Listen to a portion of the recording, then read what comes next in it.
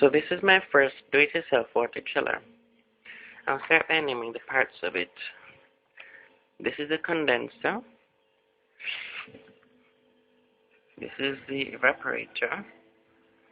The reason why it's white is because ice is frozen onto it. This is the filter dryer, which is attached to the condenser's outlet tube.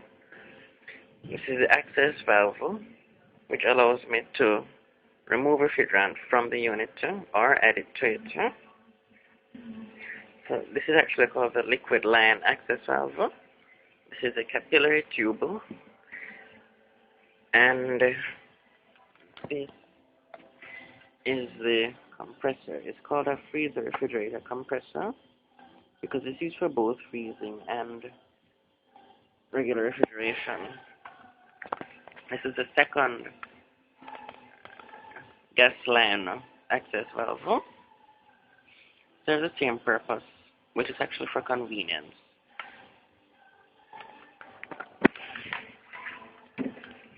Basically, this operates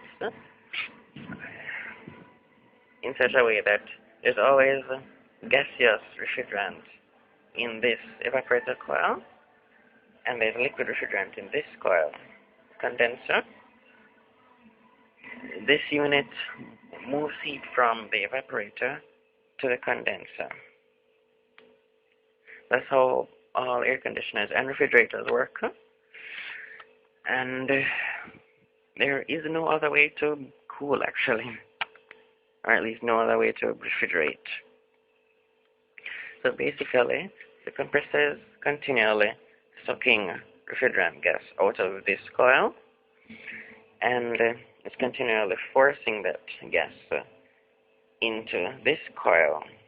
As it forces it into this coil, because of a process called compression, it becomes more and more dense, and that causes it to reject its heat, causing it to get hot. That heat is then rejected into this container of water. That's how I keep it cool. Normally I would circulate this water through a radiator, but I just wanted to keep it simple and intuitive for your sake.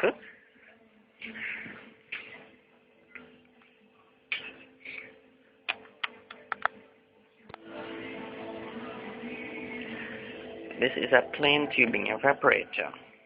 It's called plain tubing because it's simply a copper tube. Evaporators are always basically just a tube with fins attached to them. And this is a plain tubing condenser.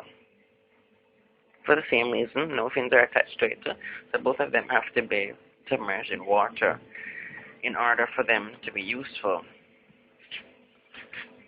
I should mention that refrigerators are actually extremely efficient heaters.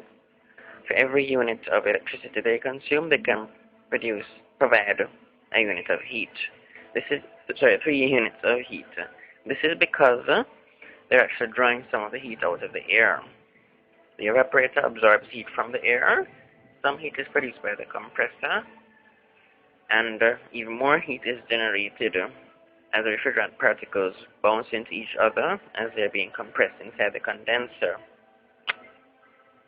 All of that heat adds up to a tremendous amount, and this is actually why reverse cycle air conditioning is so efficient.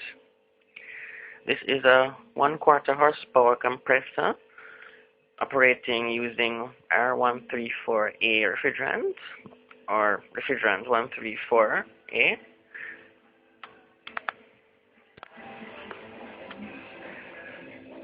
And the capillary tube restricts the flow of refrigerants.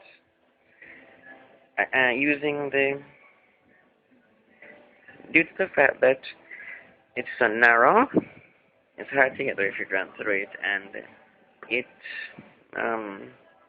the liquid refrigerant enters it, and it actually trickles into the evaporator, which is under low pressure. So it's used to maintain a pressure difference. Because refrigerant is can enter the condenser faster than it enters the evaporator, the condenser ends up being higher pressure than the evaporator, and that also allows the evaporator's pressure to be very low. Both coils are made of copper, by the way. This one is too icy to tell.